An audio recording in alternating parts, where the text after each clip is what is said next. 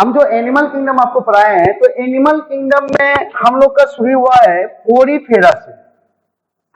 Porifera, ठीक है।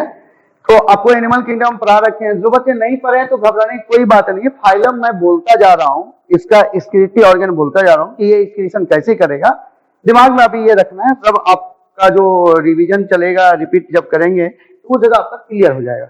अभी मैं बोला पोरीफेरा, पहले एनिमल किंगडम के अंदर प्रोटोजोआ भी आता था, अब नहीं आता है, लेकिन पहले आता था प्रोटोजोआ।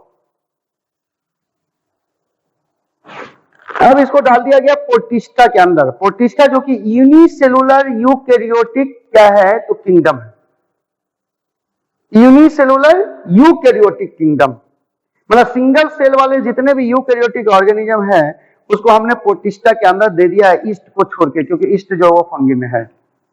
क्लियर हो गया। मैं आपको पढ़ा रखा हूं इसलिए कि इतना बोल रहा हूं, नहीं तो नहीं बोलता, क्योंकि आप पढ़ रखे हैं, आपकी रिवीजन हो, इसीलिए क्या बोल रहा हूं।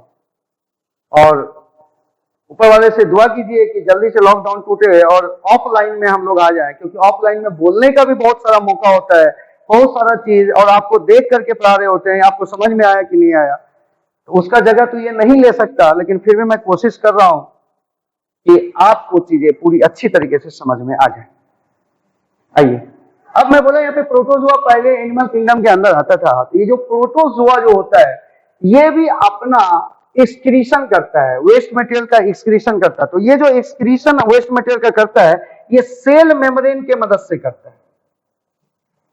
सेल मेम्ब्रेन का मतलब प्लाज्मा मेम्ब्रेन हो गया, क्लियर हो गया। सेल मेम्ब्रेन की मदद से ये क्या करेगा, अपना वेस्ट मटेरियल को बाहर निकालेगा। पोरीफेरा क्या होगा, पोरीफेरा जो होगा ये जनरल बॉडी सरफेस से करेगा। General body surface, body surface से करेगा। एक्चुअली प्रोटोजोआ जो है ये प्रोटिस्टा किंगडम में है। प्रोटिस्टा, मेरे को सेटिस्फेक्शन नहीं मिल रहा है इसलिए मैं लिख रहा हूं, प्रोटिस्टा किंगडम में है, किंगडम में है। और प्रोटिस्टा किंगडम के अंदर उस ऑर्गेनिज्म को रखा गया है जो यूनिसेलुलर यूकैरियोटिक है। प्रोटिस्टा किंगडम के अंदर हम लोग जो ऑर्गेनिज्म को प्लेस किए हैं वो है यूनिसेलुलर यूकैरियोटिक, यूकैरियोट्स। एकदम क्लियर करिएगा। तो पहले था ये प्रोटोजोआ, पहले एनिमल किंगडम के अंदर था, लेकिन अब एनिमल किंगडम के अंदर ये नहीं है। तो ये यूनिसेलुलर यूकैरियोट है। तो अब आप मेरे को बताइए कि यदि ये यूनिसेलुलर यूकैरियोट है तो इसका मतलब हो गया कि इसके पास एक ही सेल होगा, और सेल का जो बाउंड्री होगा ये तो प्लाज्मा मेम्ब्रेन ही होगा। क्लियर हो गया। और ये जो प्लाज्मा मेम्ब्रेन होगा तो इस सेल के अंदर जो भी वेस्ट मटेरियल बनेगा, वेस्ट मटेरियल बनेगा वो इसी प्लाज्मा मेम्ब्रेन के थ्रू बाहर निकलेगा। क्लियर हो गया। तो इसका मतलब क्या हो गया कि प्रोटोजोआ जो अपना एक्सक्रीशन करेगा वो किसके थ्रू करेगा, सेल मेम्ब्रेन के थ्रू करेगा, उसी को आप लोग बोलते हैं प्लाज्मा मेम्ब्रेन। क्लियर हो गया। अब जो यहां से आपका जो शुरू हुआ पोरीफेरा से जो हम नीचे चलते चले जाएंगे, ये एनिमल किंगडम है, एनिमल किंगडम। आइए थोड़ा थोड़ा हम आपको किंगडम का भी नॉलेज देते चले जा रहे हैं, क्योंकि आप पढ़ रखे हैं इसीलिए यूज कर रहा हूं, नहीं पढ़े रहते तो नहीं यूज करता। लेकिन नए बच्चे को भी समझाने के लिए पूरा कोशिश कर रहा हूं कि आप नहीं भी पढ़े तो भी आपको समझ में आ जाए। तो अब इधर से हो गया एनिमल किंगडम। ये फाइलम जो हम लिख रहे हैं ये एनिमल किंगडम का फाइलम है, एनिमल किंगडम, किंगडम का फाइलम है। ये जो एनिमल किंगडम है ये मल्टी सेलुलर है, मल्टी सेलुलर। मेरे बच्चे प्रोटिस्टा के अंदर प्रोटोजोआ को डालने के पीछे यही कारण था कि एनिमल किंगडम में जितने भी फाइलम थे सभी मल्टी सेलुलर था, केवल प्रोटोजोआ को छोड़ करके। तो जिसके कारण हम लोग ये खुल के नहीं बोल पा रहे थे कि एनिमल किंगडम मल्टी सेलुलर है, क्योंकि एनिमल किंगडम मल्टी सेलुलर है तो फिर बोलता कोई कि प्रोटोजोआ तो भैया यूनिसेलुलर है। तो यहाँ पे कॉन्ट्राडिक्शन हो रहा था। इसी कॉन्ट्राडिक्शन को खत्म करने के लिए क्या किया कि एनिमल किंगडम से प्रोटोजोआ को निकाला और प्रोटिस्टा किंगडम के अंदर डाल दिया। तो अब कॉन्ट्राडिक्शन खत्म हो गया। अब कोई भी सीधे बोल सकता है कि animal kingdom multi cellular organism, कोई दिक्कत नहीं है। तो इसका मतलब एनिमल किंगडम को मल्टी सेलुलर बोलने के लिए हमने क्या किया, प्रोटोजोआ को हटा दिया और किस किंगडम में डाल दिया, प्रोटिस्टा किंगडम के अंदर डाल दिया। मैं आपको पूरा पढ़ा रखा हूं, इसलिए बात कर रहा हूं। तो प्रोटिस्टा चूंकि यूनिसेलुलर यूकैरियोटिक था, मैं यूकैरियोट प्रोकैरियोट का पढ़ा दिया हूं, लेकिन थोड़ा बहुत हल्का फुल्का बता दूंगा। लेकिन अभी आप ये समझिए कि यूनिसेलुलर यूकैरियोट है, तो यूनि मतलब हो गया एक, सेलुलर मतलब हो गया सेल, यानी एक सेल का ऑर्गेनिज्म है। तो एक सेल का ऑर्गेनिज्म, तो इसका तो आउटरमोस्ट बाउंड्री जो होगा वो प्लाज्मा मेम्ब्रेन ही होगा। तो इसका मतलब इस सेल के अंदर जो भी वेस्ट मटेरियल बनेगा वो किसके थ्रू बाहर निकलेगा, तो प्लाज्मा मेम्ब्रेन के तरफ बाहर निकलेगा। इसका एक्सक्रीशन जो होगा वो थ्रू प्लाज्मा मेम्ब्रेन होगा। Any doubt, clear? अब आगे हम लोग पोरीफेरा। तो पोरीफेरा सबसे पहले तो मल्टी सेलुलर ऑर्गेनिज्म है, एक से ज्यादा सेल होगा। Multi cellular, many cells, multi मतलब हो गया मेनी और सेलुलर मतलब सेल, या मल्टी का मतलब हो गया मेनी, यहाँ पे मेनी सेल्स होंगे। ठीक हो गया। अब यहाँ पे क्या होगा, आप प्लाज्मा मेम्ब्रेन नहीं बोल सकते हो। अब यहाँ पे तुम प्लाज्मा मेम्ब्रेन नहीं बोल सकते। अब क्या बोलोगे, जनरल बॉडी सरफेस बोल दो, या नहीं तो आप इसको बोल सकते हो बॉडी वॉल। बॉडी वॉल यानी बॉडी का वॉल, जनरल बॉडी सरफेस बोल दो, या नहीं तो बॉडी वॉल बोल दो, कोई दिक्कत नहीं है। बॉडी वॉल बोल दो, कोई प्रॉब्लम नहीं है हमको। क्लियर हो गया। तो ये जो पोरीफेरा है, मैं आपको पढ़ा रखा हूं पहले ही कि ये वाटर में मिलता है। इनवर्टिब्रेट ही चल रहा है अभी आपका, तो पोरीफेरा वाटर में मिलता है, तो क्या निकालेगा, यूरिया। यूरिया निकलेगा ना, अच्छा अमोनिया निकालेगा। अच्छा, वेरी गुड, ठीक है। तब अमोनिया निकालेगा क्योंकि वाटर में मिल रहा है, और वाटर में मिल रहा है प्लस ये जो वाटर में मिल रहा है, तो ये कार्टिलेजिनस फिश भी नहीं है, क्योंकि फिश जो होगा वो कहां जाएगा, कोडाटा के अंदर जाएगा, कोडाटा में वर्टिब्रेटा के अंदर जाएगा। आपको पढ़ा रखा हूं इसलिए बोल रहा हूं, मैं तो नहीं बोलता। तो इसका मतलब होगा ये पोरीफेरा पानी में मिलता है, इसलिए ये अमोनिया निकाला, लेकिन वो अमोनिया निकालेगा कहां से, जनरल बॉडी सरफेस से या बॉडी वॉल से। कोई दिक्कत है, पूरा क्लियर है, एकदम क्लियर करिएगा। नेक्स्ट फाइलम आते हैं सिलेंटेटा। पोरीफेरा के बाद आते हैं सिलेंटेटा, जिसको निडेरिया भी बोलते हैं, निडेरियन। यहाँ पे निडेरिया, तो ये आपका हो गया निडेरियन, जिसको आप सिलेंटेटा भी बोले थे, हम आपको पढ़ाए हैं। ठीक है, यहां निडेरिया इसलिए मैं लिख दिया, सिलेंटेटा तो आपको याद ही है, पोरीफेरा के बाद सिलेंटेटा, निडेरिया इसलिए लिख दिया ताकि आपको इससे, इस नाम से पता चल जाए कि इसके पास में नीडोब्लास्ट सेल मिलता है। मतलब नीडोब्लास्ट सेल सिलेंटेटा का कैरेक्टरिस्टिक फीचर है, इसलिए उसको निडेरियन भी बोला जाता है। क्लियर हो गया। निडेरियन भी कैसा होगा, मल्टी सेलुलर होगा। क्यों होगा, क्योंकि एनिमल किंगडम के अंदर प्लेस किया हुआ फाइलम, ये हम फाइलम बोल रहे हैं। क्लियर हो गया। अब ये जो निडेरिया है ये भी मल्टी सेलुलर है, लेकिन इसके पास में कोई स्क्रिप्टी ऑर्गन, स्पेशलाइज्ड स्क्रिप्टी ऑर्गन नहीं है, तो ये भी अपना वेस्ट मटेरियल जो है, नाइट्रोजिनस वेस्ट मटेरियल जो है, वो जनरल बॉडी सरफेस या आप बोल सकते हो बॉडी वॉल के थ्रू निकालेगा, बॉडी वॉल के थ्रू निकालेगा। कोई दिक्कत होगा बोलिएगा सर। क्लासिफिकेशन चल रहा है और उस क्लासिफिकेशन एनिमल किंगडम जो पढ़ा रखा हूं उसी में थोड़ा थोड़ा यूज कर दे रहा हूं ताकि आपको दिमाग में याद रहे। ये हो गया निडेरियन। तो पोरीफेरा भी जनरल बॉडी सरफेस से निकालेगा। यहाँ पे प्लाज्मा मेम्ब्रेन पुट कर सकते हो, नहीं प्लाज्मा मेम्ब्रेन पुट नहीं हुआ। प्लाज्मा मेम्ब्रेन किसके लिए मेनली पुट होगा, यूनिसेलुलर ऑर्गेनिज्म के लिए। क्लियर हो गया, जिसमें आपने प्रोटोजोआ डाल दिया। क्लियर हो गया।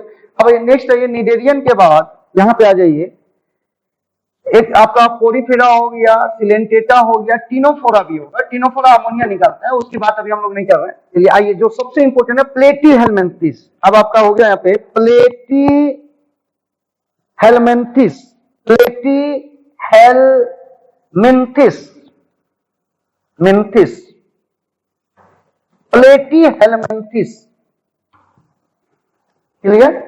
पोरीफेरा हो गया, इसमें बीच में यहाँ पे एक टिनोफोरा है। टिनोफोरा की उसमें जरूरत नहीं थी, इसलिए मैं छोड़ दिया वहां पे, दिक्कत नहीं होनी चाहिए आपको। पोरीफेरा के बाद सिलेंटेटा और सिलेंटेटा के बाद टिनोफोरा, मैं आपको पढ़ा रखा हूं, लेकिन हमको अभी यहाँ पे एक्सक्रीशन करवाना है। यहाँ पे एक्सक्रीशन कहाँ से हो रहा है, किसके थ्रू हो रहा है, एक्सक्रीशन किसके थ्रू हो रहा है, वो हम लोग यहाँ पे दिखाना चाह रहे हैं। तो एक्सक्रीशन थ्रू थ्रू, तो वो चीज यहाँ पे हम दिखाना चाह रहे हैं। तो यहाँ पे एक्सक्रीशन थ्रू है, तो एक्सक्रीशन थ्रू सेल मेम्ब्रेन, तो किसमें, प्रोटोजोम। एक्सक्रीशन थ्रू किसके द्वारा, जनरल बॉडी सरफेस में बॉडी वॉल, तो पोरीफेरा और निडेरिया। निडेरिया को क्या बोलते हो, सिलेंटेटा बोलते हो। तो निडेरिया बोलने से एक चीज पता चलता है कि निडोब्लास्ट सेल इसके पास में प्रेजेंट है, कोई डाउट नहीं है। नेक्स्ट आइए प्लेटीहेल्मिन्थिस।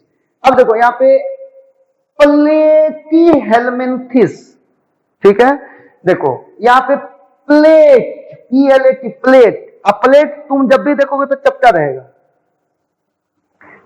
तस्तरी जिसको बोलते हो तुम, जिसमें खाते हो, तो प्लेट कभी गोल होगा, फुटबॉल टाइप का तो होगा नहीं, वो जब भी रहेगा तो चपटा रहेगा, चपटा रहेगा। तो इसीलिए करके पी को हटा के फ्लेट कर दीजिए। क्लियर हो गया। तो पी को हटा के क्या कर दिए, फ्लेट, क्योंकि प्लेट जो होता है वो फ्लेट होता है।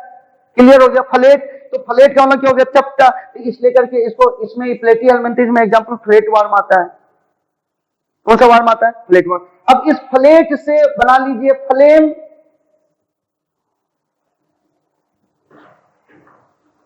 क्लियर हो गया। तो इसका मतलब हो गया प्लेटीहेल्मिन्थिस का जो एक्सक्रीशन होगा वो एक्सक्रीशन फ्लेम सेल की मदद से होगा। नहीं समझ में आया, मैं आपको बता रखा हूं इसीलिए कि मैं एनिमल किंगडम यूज करके बता रहा हूं, क्योंकि मैं पढ़ाया हूं और मैं जो पढ़ाता हूं उसको यूज करता हूं। आपका बेडलक है कि आप पास में नहीं है, नहीं तो पूछ पूछ करके यहाँ पे यदि आपका गड़बड़ होता तो आपको पता ही है कि क्या होता है उसके बाद। तो चूंकि आप मेरे सामने नहीं है, इसको गुड लक नहीं बोलूंगा, बेडलक बोलूंगा, क्योंकि सामने होते तो और थोड़ा आपका परफॉर्मेंस बहुत इंप्रूव करता। क्योंकि सामने नहीं है तो बच गए आप, नहीं तो आप यदि यहाँ पे नहीं बताते और हम पढ़ा रखे हैं तो आपको तो पता ही कि क्लास में क्या क्या होता है। तो इसलिए करके ये आपका गुड लक नहीं है, बेड लक है कि अभी हम लोग थोड़ा सा लॉकडाउन में फंसे हुए हैं, लेकिन बहुत जल्दी हम लोग का गुड लक आने वाला है। ये प्लेटी को टेक्निक लगा दिया, प्लेट को कर दिया प्लेट, मतलब हो गया तस्तरी, और तस्तरी जो होता है वो चपटा होता है, इसी को उसको लिख दिया प्लेट। और प्लेट में FLA है तो E को हटा के M कर दिया तो फ्लेम हो गया। तो ये जो अब फ्लेम हो गया इसके थ्रू एक्सक्रीशन होगा। क्लियर हो गया, एक्सक्रीशन होगा, कोई डाउट नहीं है। ये फ्लेम सेल। तो यदि आपको कोई बोले कि प्लेटीहेल्मिन्थिस में जो आपका एक्सक्रीशन होगा वो किस सेल के मदद से होगा, तो फ्लेम सेल के मदद से होगा। तो फ्लेम सेल, ये सबसे ज्यादा पूछे जाने वाला क्वेश्चन है कि फ्लेम सेल किसका एक्सक्रीटरी ऑर्गन है, तो क्या बोलोगे, प्लेटीहेल्मिन्थिस का एक्सक्रीटरी ऑर्गन क्या है, तो फ्लेम सेल है, कोई डाउट नहीं है। अच्छा, यहाँ पे लिखा हुआ था फ्लेट, प्लेट को क्या कर दिया फ्लेट, और फ्लेट को क्या कर दिया फ्लेम। और ये जो फ्लेम है ये आपका एक्सक्रीटरी ऑर्गन है, एक्सक्रीशन का काम करता है, यानी एक्सक्रीशन करता है। तो ये फ्लेम सेल हो गया। तो प्लेटीहेल्मिन्थिस, प्लेट फ्लेट फ्लेम, कैसे पढ़ेगा, प्लेट फ्लेट फ्लेम। तो यानी इसका मतलब प्लेटीहेल्मिन्थिस को फ्लेट वार्म भी बोलते हैं। कौन सा वार्म बोलते हैं, फ्लेट वार्म बोलते हैं। और ये जो फ्लेट वार्म होगा उसका एक्सक्रीशन किसके थ्रू होगा, तो फ्लेम सेल के मदद से होगा। क्लियर हो गया। यहाँ पे ये मिटा सकते हैं हम, कोई दिक्कत नहीं है। चलिए इसको यहाँ से हम लोग यहाँ पे हटा देंगे, ये क्लियर हो गया। अब यहाँ से प्लेटीहेल्मिन्थिस के बाद आता है AC हेल्मिन्थिस। प्लेटीहेल्मिन्थिस के बाद आता है AC हेल्मिन्थिस। AC हेल्मिन्थिस, AC हेल्मिन्थिस मेंथिस। अब देखिए ये जो प्लेटीहेल्मिन्थिस था तो ये फ्लेट वार्म था। अब फ्लेट तो चपटा हो ही गया तो एक राउंड हो जाएगा, यानी AC हेल्मिन्थिस को आप कौन सा वार्म बोलोगे, तो round worm, round worm, round worm. आप जो AC हेल्मिन्थिस इसको राउंड वार्म बोलते हो। क्लियर हो गया। तो AC हेल्मिन्थिस जो है वो राउंड वार्म है। अब यहां पे देखिएगा, यहां पे थोड़ा सा कोडिंग घुसाने की कोशिश कर रहे हैं लेकिन घुस नहीं रहा, लेकिन पहले डायरेक्ट देख लेते हैं फिर उसके बाद देखेंगे। जैसे AC हेल्मिन्थिस है तो इसमें आपका मिलेगा रीनेट सेल, ऊपर में मिला फ्लेम सेल, तो यहाँ पे मिलेगा रीनेट सेल। कौन सा सेल मिलेगा, तो रीनेट सेल, ये हो गया आपका रीनेट सेल। और इसका जो शेप होगा H शेप्ड, तो H शेप्ड सेल भी आप बोलते हो, H शेप्ड सेल, रीनेट सेल भी हो गया और उसी को क्या बोलते हैं, H शेप्ड सेल। यदि आपको कोई बोले कि AC हेल्मिन्थिस जो होगा ये आपका क्या होगा, तो किसके द्वारा एक्सक्रीशन करेगा एसी एलिमेंटिस, तो रीनेट सेल के मदद से, रीनेट सेल या S shaped canal, S shaped canal यानी एच शेप्ड, मतलब एच के शेप्ड का होगा, देखिए ये एच यानी एच के शेप का होगा, एच शेप्ड, अब कैनाल मतलब ट्यूब लाइक स्ट्रक्चर, तो एच शेप्ड कैनाल के थ्रू यानी तो रीनेट सेल के मदद से करेगा। कौन भाई, तो राउंड वर्म। आपको बोले राउंड वर्म का एक्सक्रीशन किसके थ्रू होगा, रीनेट सेल। राउंड वर्म को ही हम लोग किस फाइलम के अंदर रखे हैं, तो एसी एलिमेंटिस के अंदर रखे हैं। तो एसी एलिमेंटिस के अंदर हमारा कौन सा वर्म है, तो राउंड वर्म। कोई डाउट हो गया। और प्लेटी एलिमेंटिस के अंदर कौन सा वर्म है, फ्लेट वर्म है, फ्लेम, तो फ्लेम सेल हो गया। और इधर आपका एसी एलिमेंटिस है, इसलिए कि यहाँ पे रीनेट सेल हो गया और एस सब्जेक्ट हो गया। चलिए अब पोरीफेरा हो गया, सिलेंटेटा हो गया, टिनोफोरा हमने छोड़ दिया, प्लेटी एलिमेंटिस हो गया, एसी एलिमेंटिस हो गया। अब आइए एनेलिडा का बात करते हैं। एनेलिडा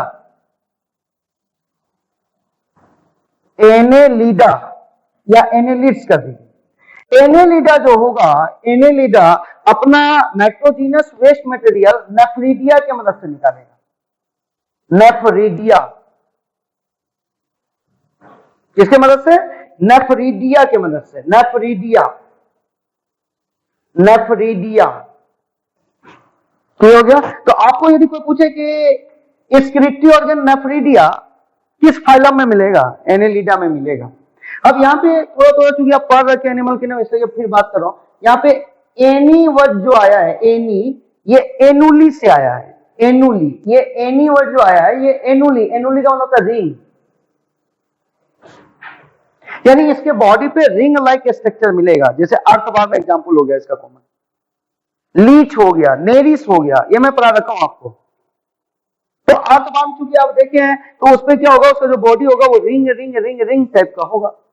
इसका मतलब क्या हो गया कि एनेलिडा जो होगा उसमें वर्ड आया एनुली का मतलब है रिंग, यानी यहाँ पे सेगमेंटेड बॉडी इसका है। क्लियर हो गया। और ये जो एनेलिडा है तो इसका एक्सक्रीटरी ऑर्गन क्या हो जाएगा, नेफ्रिडिया। क्लियर हो गया। और ये जो नेफ्रिडिया होगा ये क्या करेगा कि नाइट्रोजीनस वेस्ट मटेरियल को बाहर निकालेगा। अर्थवर्म के केस में ही बोला था कि यदि वो ज्यादा वाटर वाला कंडीशन में रह रहा है, जैसे मान लीजिए कि एक नाली बह रहा है, उस जगह पे बचपन में, अभी थोड़ा सा ऑनलाइन है बोलने में ठीक नहीं लगता क्योंकि बहुत सारा वर्ड यहाँ पे बोल नहीं पाते हैं क्योंकि लिमिटेड टाइम में, नहीं तो वीडियो बहुत लंबा हो जाएगा तो पता चला बहुत सारे वीडियो हो गए, तो इसलिए के। लेकिन ये बात मैं आपको बोल देता हूँ, जैसे बचपन में हम लोग जब मछली मारते थे तो उसमें अर्थवर्म यूज करते थे, एनेलिडा का अर्थवर्म यूज करते थे, अर्थवर्म। और ये जो अर्थवर्म है इसकी तलाश हम लोग को करनी होती थी। अब अर्थवर्म को आप पेड़ पे नहीं खोजने लगिएगा, मिलेगा ही नहीं, क्योंकि इसके पास होता है क्यूटेनेसियस रेस्पिरेशन, स्किन से रेस्पिरेशन करता है और स्किन हमेशा मॉइस्ट होना चाहिए। तो ये तो वैसे ही एरिया में मिलेगा जहां पे मॉइस्चर प्रेजेंट हो। तो जनरली हम लोग क्या करते थे कि नाली के बगल प्रीफर करते थे, नाली के बगल में जो ईटा रखा हुआ होता था तो उस ईटा को उठाते थे तो अर्थवर्म हमको मिल जाता था। तो नाली के बगल वाला ईटा यदि है, नाली के जस्ट बगल में यदि ईटा है तो नाली में चूंकि पानी बह रहा है तो इसको यहाँ पे ज्यादा पानी अवेलेबल हो जाएगा, तो इस समय ये अमोनिया निकालने लगेगा। और उस नाली से ज्यादा डिस्टेंस पे है लेकिन मॉइस्चर मेंटेन है और फिर वहां पे ईटा है, अब उसको हटाओगे तो उस जगह का जो अर्थवर्म होगा वो यूरिया निकाल सकता है क्योंकि वहां पे एक्सेस अमाउंट ऑफ वाटर नहीं है लेकिन मॉडरेट अमाउंट ऑफ वाटर है, क्योंकि नाली के बगल में है तो मॉइस्चर खींचेगा सॉइल, तो उस जगह पे वो यूरिया निकालना होगा। तो इसका मतलब हो गया, लेकिन निकाल रहा होगा, अमोनिया निकाले चाहे यूरिया निकाले, तो निकालने के लिए ऑर्गन चाहिए, तो वो ऑर्गन एनेलिडा के केस में क्या होगा, नेफ्रिडिया। क्या होगा, नेफ्रिडिया, नेफ्रिडिया। क्लियर हो गया। और ये से भी है एनेलिडा, नेफ्रिडिया, नेफ्रिडिया, बाकी कहीं नहीं है वैसा। क्या हो गया, नेफ्रिडिया। ये हो गया प्लेट, फ्लेम, अन्य से क्या हो जाएगा, नेफ्रिडिया। तो आपको बोलेगा रीनेट सेल किस में मिलेगा, एसी एलिमेंटिस में। उसको कौन सा वर्म बोलेंगे, राउंड वर्म या प्लेट वर्म, राउंड वर्म बोलेंगे। अच्छा, यदि आपको बोलेगा प्लेटी हेलमिंथिस को आप क्या बोलोगे? फ्लैट वर्म बोलोगे, तो उसमें फ्लेम सेल होगा, फ्लैट है तो फ्लेम सेल। और एसी हेलमिंथिस राउंड है, इसे क्या रीनेट सेल मिलेगा या एस शेप्ड कैनाल मिलेगा, एस शेप्ड सेल भी बोल सकते हो, कोई डाउट नहीं है। और अब यहाँ पे हो गया एनेलिडा, और एनेलिडा में एग्जाम्पल एक यहाँ पे दिखा है अर्थवर्म, लीच भी होगा, लीच जिसको आप जोग बोलते थे, बचपन में जो पानी में चले जाते थे गड्ढे उड्ढे में, तो वहां पे आपके पैर में लीच लग जाता था, वो लीच हो गया। और एक होता नेरिस। ये तीनों एग्जाम्पल एनसीईआरटी का जो कि मैं आपको पढ़ा रखा हूँ, इसलिए यहाँ पे चर्चा कर रहा हूँ। क्लियर हो गया? यहाँ पे कोई दिक्कत नहीं है। आइए इसमें आगे, एक जो आपको अभी बोल रहा था कि एसी एलिमेंटिस जो है उसको आप राउंड वर्म बोलते हैं। अभी अभी जस्ट कोडिंग इसका याद आया, ये राउंड वर्म जो है एसी एलिमेंटिस को राउंड वर्म बोलते हैं, तो आर से रीनेट सेल हो जाएगा। क्लियर हो गया? क्योंकि राउंड वर्म आर से है और आर से क्या हो जाएगा? रीनेट सेल हो जाएगा। जैसे वहां पे आया था फ्लेट, तो फ्लेट वर्म था तो फ्लेम सेल हो गया। अब यहाँ पे एसी एलिमेंटिस है तो राउंड वर्म है, तो राउंड वर्म तो कौन सा सेल हो जाएगा? आर आ गया, तो आर आ गया तो रीनेट सेल हो गया। किस्मत बहुत बढ़िया था कि हम लोग का संजोग से यहाँ पे जो बातें प्लेटी एलिमेंटिस में आया था फ्लेट और फ्लेट से फ्लेम हो गया, उसी तरीके से यहाँ पे किस्मत साथ दे दिया कि एसी एलिमेंटिस में राउंड हो गया और राउंड में आर आ गया और आर से क्या हो गया? तो रीनेट सेल हो गया। एनसीईआरटी आपका क्या लिखा है कि एच शेप्ड कैनाल नहीं लिखा है, एच शेप्ड कैनाल, कैनाल को ही हम लोग ट्यूब भी बोलते हैं। तो वहां पर लिखा हुआ है कि एनसीईआरटी में लिखा हुआ है कि tube system, excretory tube system. तो ये एक्सक्रीटरी ट्यूब सिस्टम, तो ये एस शेप्ड कैनाल जो है ये एक्सक्रीटरी ट्यूब ही है। एस शेप्ड कैनाल जो है इसको आप एक्सक्रीटरी ट्यूब ही बोलते हो, क्योंकि इसका काम एक्सक्रीटरी ट्यूब, एक्सक्रीटरी ट्यूब, ये एक्सक्रीटरी ट्यूब क्यों है? तो एक्सक्रीटरी ट्यूब इसलिए है क्योंकि ये नाइट्रोजनस वेस्ट मटेरियल को बाहर निकालता है। कोई डाउट किसी को? तो यानी आप क्या बोलते हो कि जो रीनेट सेल है, किस्मत बड़ा बढ़िया, बहुत अच्छा लगा आज एक नया चीज आपके लिए डिस्कवर हो गया कि जैसे वहां पे प्लेटी एलिमेंटिस में फ्लेट किया था, फ्लेट से फ्लेम हो गया, और तो वहां पे एक्सक्रीटरी ऑर्गन हो गया फ्लेम सेल, प्लेटी एलिमेंटिस। तो उसी तरीके से एसी एलिमेंटिस का बैठ नहीं पा रहा था, लेकिन अभी भी जस्ट यहाँ पे बैठ गया आपका कि एसी एलिमेंटिस को भी तो आप लोग राउंड वर्म बोलते हो, तो राउंड भी तो आर से शुरू होता है, तो जब आर से शुरू होता है तो रीनेट सेल कर दीजिए। उसी को एस शेप्ड कैनाल भी बोल सकते हो, या आप उसी को बोलोगे एस शेप्ड कैनाल जो है उसी को एक्सक्रीटरी ट्यूब भी बोला जाता है। तो एनसीईआरटी यहाँ पे आपका एस शेप्ड कैनाल भी आप बोल सकते हो, कैनाल, एक कैनाल, और आप यहाँ पे क्या बोलते हो? एक्सक्रीटरी ट्यूब भी बोलते हो। तो एनसीईआरटी जो चर्चा किया है वो एक्सक्रीटरी ट्यूब का चर्चा किया है, लेकिन क्वेश्चन जब आपसे पूछा जाता है तो रीनेट सेल का भी आ जाता है और एस शेप्ड का भी आ जाता है। क्लियर हो गया? तो ये कोड के लिए मैं इसको बचा के रखा था, मिटाया नहीं इसको। ये कोड आपका एकदम क्लियर हो गया कि यहां तक भी आपको कोई दिक्कत नहीं है। अब इसके बाद आते हैं नेक्स्ट, जो सबसे लार्जेस्ट फाइलम, जिसमें सबसे ज्यादा एनिमल मिलता है, सबसे ज्यादा ऑर्गेनिज्म मिलता है, वो फाइलम का नाम है आर्थ्रोपोडा। आर्थ्रोपोडा, ये जो आर्थ्रोपोडा है ये लार्जेस्ट फाइलम है। आपके जितने भी फाइलम हैं एनिमल किंगडम में, उसमें सबसे लार्जेस्ट फाइलम ये। कोई डाउट? तो आपको यदि कुछ पूछे, आपको थोड़ा थोड़ा क्या हो रहा है कि सिटी सिस्टम के साथ में थोड़ा सा एनिमल किंगडम की भी जानकारी आपको दी जा रही है, क्योंकि आप पढ़ रखे हैं। जो नहीं भी पढ़े उनके लिए भी है, उसी हिसाब से बोल रहे हैं। जो पढ़ लिया उसका रिवीजन हो रहा है, जो नहीं पढ़ा है उसको सिखा रहे हैं। आप सीखिए, आपके लिए ही आए हैं यहाँ पे। और यदि नए बच्चे हो गए, यदि तुमको एक बार में नहीं पकड़ में आएगा तो फिर से वीडियो को प्ले करिएगा, जैसे थोड़ा सा बैक आकर के फिर एक बार सुनिएगा तो दिमाग में बैठ जाएगा। ये 12 के यानी टारगेट के बच्चे के लिए भी है। आप 11 का भी वीडियो श्योर देखिएगा, सिंपल फॉर्म में डाल दिया गया है और आपका रिवीजन हो जाएगा फास्ट। आइए आर्थ्रोपोडा के केस के लिए बात कीजिए। आर्थ्रोपोडा सबसे लार्जेस्ट फाइलम है। इसमें बहुत सारे क्लास आते हैं, मैं अभी उस क्लास के चक्कर में नहीं पढ़ना चाह रहा हूँ, क्योंकि मेरा टारगेट है एक्सक्रीटरी ऑर्गन बताना। किंगडम जब आपको पढ़ाए हैं, एनिमल किंगडम, और उसमें जब फाइलम पढ़ाए आर्थ्रोपोडा, तो उसमें हम आपको पूरा डील कर रखे हैं, इसलिए अभी क्लास के चक्कर में हम नहीं पढ़ेंगे। अब आर्थ्रोपोडा के अंदर जो आपका है वो आएगा इंसेक्टा, इंसेक्ट्स। ये जो इंसेक्ट्स होगा, इसमें इंसेक्टा आपके क्लास में आ जाएगा, इंसेक्टा। तो ये इंसेक्ट हो गया। इंसेक्ट में आपको कॉकरोच, जैसे हमने पकड़ लिया कॉकरोच। ये जो इंसेक्ट्स है, ये इंसेक्ट का जो एक्सक्रीटरी ऑर्गन होगा,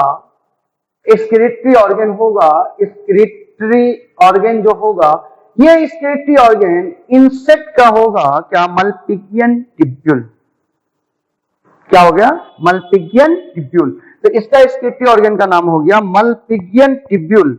ये आपका हो गया मल्पिगियन टिब्यूल, पिगियन टिब्यूल।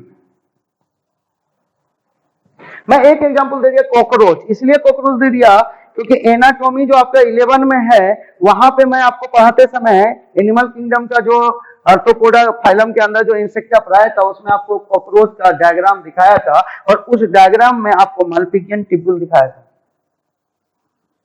क्लियर हो गया? कोई डाउट इसमें नहीं है? अब आइए यहाँ पे, तो मैं बोला कि आर्थ्रोपोडा में जो इंसेक्ट्स आएंगे यानी इंसेक्टा ग्रुप जो आएगा, उसमें एक एग्जांपल ले लिया कॉकरोच, और उसका जो एक्सक्रीटरी ऑर्गन होगा उसका नाम होगा मल्पिगियन टिब्यूल। कोई डाउट नहीं है? अब एक क्रस्टेशियन की बात करते हैं। Crustacean, crustacean, crustaceans. ये जो क्रस्टेशियंस है, इसमें आता है crabs and prawn, crabs and prawn.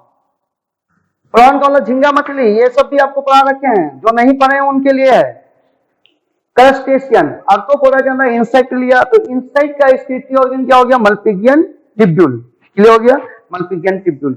अब यहाँ पे आपका क्या हो गया? जब हम उसी आर्थ्रोपोडा फाइलम के अंदर क्रस्टेशियंस को ले रहे हैं, तो क्रस्टेशियंस में मेरा आ गया क्रैब्स, क्रस्टेशियंस में आ गया प्रॉन। प्रॉन का मतलब झींगा मछली, लेकिन वो मछली नहीं है, वो आर्थ्रोपोडा है। अब आर्थ्रोपोडा मैं आपको बता देता हूं थोड़ा सा, यहाँ पे अर्थ लगा हुआ है, अर्थ। अर्थ, अर्थ का मतलब होता है ज्वाइंट। कहीं भी आप देखिएगा अर्थ का मतलब होता है ज्वाइंट, जोड़ना। और ये पोडा है, तो पोडा का मतलब होता है फुट, पैर। तो कैसा पैर होगा? ज्वाइंटेड लेग होगा। पोडा मतलब लेग, तो ज्वाइंटेड लेग होगा, इसलिए इसका क्या नाम पड़ा है? आर्थ्रोपोडा। क्लियर हो गया? आप जैसे पढ़ते हो ये अर्थमेटिक्स, उसमें जोड़ना होता है हमको, तो अर्थमेटिक्स के अंदर हम लोग जोड़ जो करते हैं, तो इसलिए उसका नाम पड़ा है अर्थमेटिक्स। यहाँ पर है आर्थ्रोपोडा। तो अर्थ का मतलब ज्वाइंट, अब पोडा मतलब लेग, तो कैसा लेग? तो ज्वाइंटेड लेग, इसलिए आर्थ्रोपोडा हो गया। और आर्थ्रोपोडा जो है वो सबसे बड़ा फाइलम है, सबसे बड़ा फाइलम है, सबसे बड़ा फाइलम है। आर्थ्रोपोडा सबसे बड़ा फाइलम है। तो इसका मतलब यह हो गया कि आर्थ्रोपोडा के अंदर हम यदि जाएंगे तो इंसेक्ट मिलेगा। इंसेक्ट में आपका एग्जांपल हो गया कॉकरोच, और इस इंसेक्ट का जो एक्सक्रीटरी ऑर्गन होगा उसको क्या बोलेंगे? मल्पिगियन बॉडी। ये एक्सक्रीटरी ऑर्गन को थोड़ा इधर लिख देता हूं, एक्सक्रीटरी ऑर्गन, एक्सक्रीटरी ऑर्गन। ये एक्सक्रीटरी ऑर्गन जो होगा ये हो जाएगा मल्पिगियन टिब्यूल। कोई डाउट नहीं है? अब आइए नेक्स्ट में, क्रस्टेशियन के अंदर आएगा क्रैब और प्रॉन। अब यहाँ पे ध्यान से देखिएगा, इसका जो एक्सक्रीटरी ऑर्गन होगा, इसका एक्सक्रीटरी ऑर्गन क्या होगा? Green gland. कौन सा ग्लैंड? Green gland. इसका एक्सक्रीटरी ऑर्गन होगा ग्रीन ग्लैंड। ग्लैंड देखते हैं, इसमें से कुछ कोडिंग आता है तो आपको बताता हूं, और या नहीं तो इसको आप बोल सकते हो एंटीनरी ग्लैंड, एंटीनरी ग्लैंड। क्लियर करिएगा, ग्रीन ग्लैंड या एंटीनरी ग्लैंड। क्लियर हो गया? तो आप यहां पे कॉन्सेप्ट को थोड़ा सा बनाइए। क्रस्टेशियन, क्रस्टेशियन में आपका एग्जांपल हो गया क्रैब्स एंड प्रॉन। और क्रस्टेशियन में जो एक्सक्रीटरी ऑर्गन है वो ग्रीन ग्लैंड है और एंटीनरी ग्लैंड है। ऐसे याद रखना। प्रॉन तुम लोग देखे होगे, मछली, प्रॉन जो मछली है, झींगा मछली जो है, उसमें देखना अंटीना भी मिलेगा। अंटीना मिलेगा तो उस अंटीना से बोलना एंटीनरी ग्लैंड। और थोड़ा सा कलर उसका देखोगे तो ग्रीन कलर का हल्का रहेगा, हल्का लाइट ग्रीन कलर का दिखेगा, तो उससे ग्रीन ग्लैंड। याद रखने का तरीका दिया, ऐसा कोई उसमें हार्ड एंड फास्ट रूल नहीं है, लेकिन बोला कि जैसे प्रॉन को तुम यदि देखोगे तो तुमको दिखेगा अंटीना, अंटीना जैसे दिखेगा समझना एंटीनरी ग्लैंड हो गया। कलर हल्का सा ब्लूइश होता है लेकिन ग्रीन ही लगेगा आपको देखने में, तो इसलिए करके उसको आप क्या बोलोगे कि ग्रीन ग्लैंड। तो आप ये लेकिन अच्छा, कोई बोले क्रस्टेशियन किस फाइलम में आएगा? आर्थ्रोपोडा फाइलम में आएगा। लेग कैसा होगा इसका? अनज्वाइंटेड या ज्वाइंटेड? ज्वाइंटेड लेग होगा, इसलिए करके ये आपका क्या है? आर्थ्रोपोडा। इंसेक्ट किस में आएगा? आर्थ्रोपोडा के अंदर आएगा, कोई डाउट नहीं है। इंसेक्ट का इसकी प्रोडक्ट बोलो तो अमोनिया की urea, uric acid, right, uric acid, right, बच्चा सही बोल रहा है, यूरिक एसिड होगा, यानी यूरिया नहीं होगा, अमोनिया नहीं होगा, यूरिक एसिड होगा। इसका मतलब ये इंसेक्ट जो होगा ये चाहता होगा कि हमारी बॉडी से वाटर की लॉस कम हो। क्लियर हो गया, यहाँ पे एकदम क्लियर हो गया। आर्थ्रोपोडा में स्पेशली आर्थ्रोपोडा के ऊपर एक देखोगे कि काइटिन का भी कवरिंग होता है, काइटिन का कवरिंग। वो काइटिन का कवरिंग क्यों है? वो वाटर लॉस को भी रोकने के लिए प्लस रेजिस्टेंसी प्रोवाइड करता है। कोई भी हार्मफुल यदि सब्सटेंस होगा तो उससे उसको नुकसान नहीं होगा। आर्थ्रोपोडा के ऊपर जो होगा काइटिन का कवरिंग होता है, काइटिन का कवरिंग होता है। और ये काइटिन जो होता है ये रेजिस्टेंसी देता है, बहुत ज्यादा रेजिस्टेंसी। किससे? तो हार्मफुल सब्सटेंस से। जो भी नुकसानदायक सब्सटेंस होगा वो सब्सटेंस आर्थ्रोपोडा को नुकसान नहीं कर पाएगा, क्योंकि उसके पास में काइटिन का कवरिंग है। इसका कवरिंग है, इस काइटिन के कवरिंग के कारण वो प्रोटेक्टेड रहता है। प्लस वाटर लॉस को भी ये मिनिमाइज करता है। जो ऊपर से जो हार्ड कवरिंग काइटिन का आता है तो बॉडी से वाटर के लॉस को वो मिनिमाइज कर देता है। तो ये भी एक बेनिफिट उसको मिलता है। क्लियर हो गया? यहाँ पे आइएगा। अब यहाँ पे हम लोग बात कर रहे हैं क्रस्टेशियंस, मेरा हो गया। नेक्स्ट आर्थ्रोपोडा में ही आप आ जाइए, एरेक्निड्स। एरेक्निड्स, एरेक्निड्स, एरेक्निड्स के अंदर क्या आ जाएगा? तो स्कॉर्पियन एंड स्पाइडर, स्कॉर्पियन बिच्छू जिसको आप बोलते हो, एंड स्पाइडर, ये सब पढ़ा रखे हैं। आप एकदम क्लियर देखिएगा, एक बार रिपीट कर लीजिएगा। आपके पास नोट्स होगा, उस नोट्स में आर्थ्रोपोडा वाला जो पॉइंट्स होंगे उसको एक बार आप देख लीजिएगा अच्छे से। एरेक्निड्स, एरेक्निड्स में हो गया क्या क्या है? Scorpion and spider. अब यहाँ पे जो एरेक्निड्स है, स्कॉर्पियन और स्पाइडर जो आपका है, इसके एक्सक्रीटरी ऑर्गन का नाम है कॉक्सल ग्लैंड। क्या नाम है? कॉक्सल। पूछता है क्वेश्चन बच्चे, बड़ा इंपॉर्टेंट चल रहा है आपका। आपको यदि बोले कि कॉकरोच का, इंसेक्ट नहीं बोले, बोले कॉकरोच का एक्सक्रीटरी ऑर्गन बोलिए, मल्पिगियन टिपल, कोई डाउट नहीं, मल्पिगियन टिपल। आपको बोले क्रस्टेशियन में कौन कौन आएगा? तो मेनली अभी आप दो देखे हो, क्रैब्स और प्रॉन। तो इसका एक्सक्रीटरी ऑर्गन यदि आपको बोल दे तो प्रॉन को दिमाग में रखना है। प्रॉन जो झींगा मछली, उसके पास एंटीना होता है, तो एंटीनरी ग्लैंड हो गया, हल्का सा कलर ग्रीन होता है, इसे ग्रीन ग्लैंड हो गया। एरेक्निड्स, एरेक्निड्स के अंदर कौन कौन आएगा? स्कॉर्पियन और स्पाइडर। और इसका जो एक्सक्रीटरी ऑर्गन होगा वो कौन सा ग्लैंड होगा? Coxal gland. यदि आपको पूछे कि कॉक्सल ग्लैंड किसका एक्सक्रीटरी ऑर्गन है? एरेक्निड्स का। एरेक्निड्स किस फाइलम के अंदर आता है? आर्थ्रोपोडा के अंदर आता है। क्रस्टेशियन किस फाइलम के अंदर आता है? आर्थ्रोपोडा के अंदर आता है। इंसेक्टा किस फाइलम के अंदर? आर्थ्रोपोडा के अंदर। क्लियर हो गया? तो आर्थ्रोपोडा के अंदर ही है, लेकिन एक्सक्रीटरी ऑर्गन सबका अलग अलग लग रहा है। इंसेक्ट का मल्पिगियन टिब्यूल हो रहा है, क्रस्टेशियन का ग्रीन ग्लैंड या एंटीनरी ग्लैंड हो रहा है, और एरेक्निड्स जो है, जिसको स्कॉर्पियन और स्पाइडर आप एग्जांपल उसका बोलते हैं, उसका आपका एक्सक्रीटरी ऑर्गन क्या है? तो कॉक्सल ग्लैंड है। Any doubts? पूरा क्लियर हो गया कॉन्सेप्ट? एकदम क्लियर हो गया। अब यहाँ पे आइए, आर्थ्रोपोडा यहाँ पे अब आपका हो गया। अच्छा, आर्थ्रोपोडा में ये अर्थ का मतलब क्या होता है? ज्वाइंट। क्लियर हो गया? अब पोडा मतलब क्या हो गया? लेग। ऐसे भी याद रखिएगा। अब तो ये यहाँ पढ़ते हैं तो हम वर्ड पे ही पढ़ाते हैं, थोड़ा ऑनलाइन पहली बार, लाइफ में पहली बार किया जा रहा है। तो लेकिन टारगेट के बच्चे के सपोर्ट के कारण उन्होंने बहुत सपोर्ट किया, वीडियो को लाइक भी किया है, कुछ मैसेज भी उन्होंने मोटिवेटिव मैसेज लिखे हैं उसमें, जिसके कारण कि अंदर से एक मोटिवेशन आया, जिसके कारण अब वो हेजिटेशन उतना नहीं रहा। तो इसलिए करके टारगेट में शुरू किया गया ताकि वो थोड़ा सा समझते हैं प्रॉब्लम्स को।